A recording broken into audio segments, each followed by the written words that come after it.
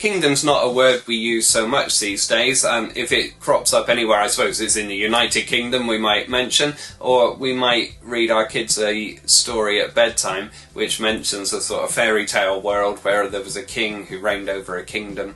And that maybe gives us a clue on what this word means.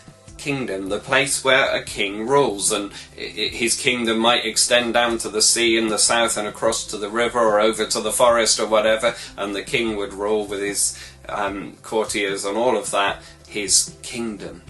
Now when we think of the kingdom of God, we're not thinking of somewhere with borders, with rivers and mountains at their edges, but we are thinking of where the king reigns, where Jesus is Lord. And we find that in the lives of his people. Wherever, in fact, the kingdom of God works its way out, wherever the reign of God is accepted and welcomed, God's ways are lived out. In the Bible, just to give you an example of this, in Colossians chapter 1, it says this in verse 12, giving thanks to the Father who has qualified you to share in the inheritance of the saints in the kingdom of light. For he has rescued us from the dominion of darkness and brought us into the kingdom of the Son he loves, in whom we have redemption, the forgiveness of sins. So the Bible makes mentions of two kingdoms, a kingdom of darkness and then the kingdom of God, the kingdom of light, into which those who have put their trust in Jesus come to live, those who have made their lives places where they've invited God to reign, for Jesus to be king. So what's this got to do with prayer? Well, for me, as I pray the Lord's Prayer and I pray thy kingdom come, I'm praying it at least three different ways. One is this, that God's reign will happen in every area of my life. That I will really give over to God the corners of my life that where I might want to hang on to control. And it takes me time just to stop and pray, Lord, in my life, let your kingdom come. Come and reign. Come and let your will be done in my life. Come and be the boss, be Lord of every area. And I have to give that over to God as I pray.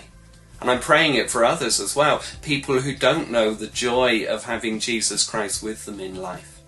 To guide them and to bless them and to protect them, to reign over them.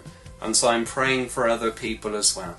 Lord, let your kingdom come into their lives. Let them see the good of the kingdom of light and all it brings to someone's life.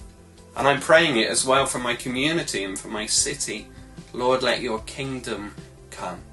Let there, wherever there is darkness in this area, then Lord, let your ways, your goodness, your truth, your love, your purity, let that come into people's lives and into our community. For instance, I pray against modern slavery and I pray for the police. Lord, let your kingdom come, let people be set free.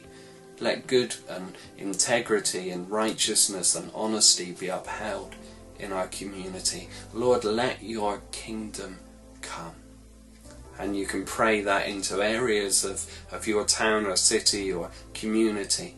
Wherever there is darkness that has a grip, you can be praying, Lord, let your kingdom come.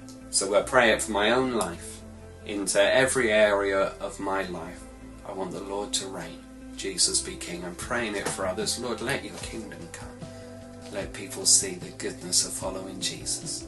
And I'm praying it for my community, Lord, let your kingdom, your ways come. And may this city in its darkness turn to the kingdom of light.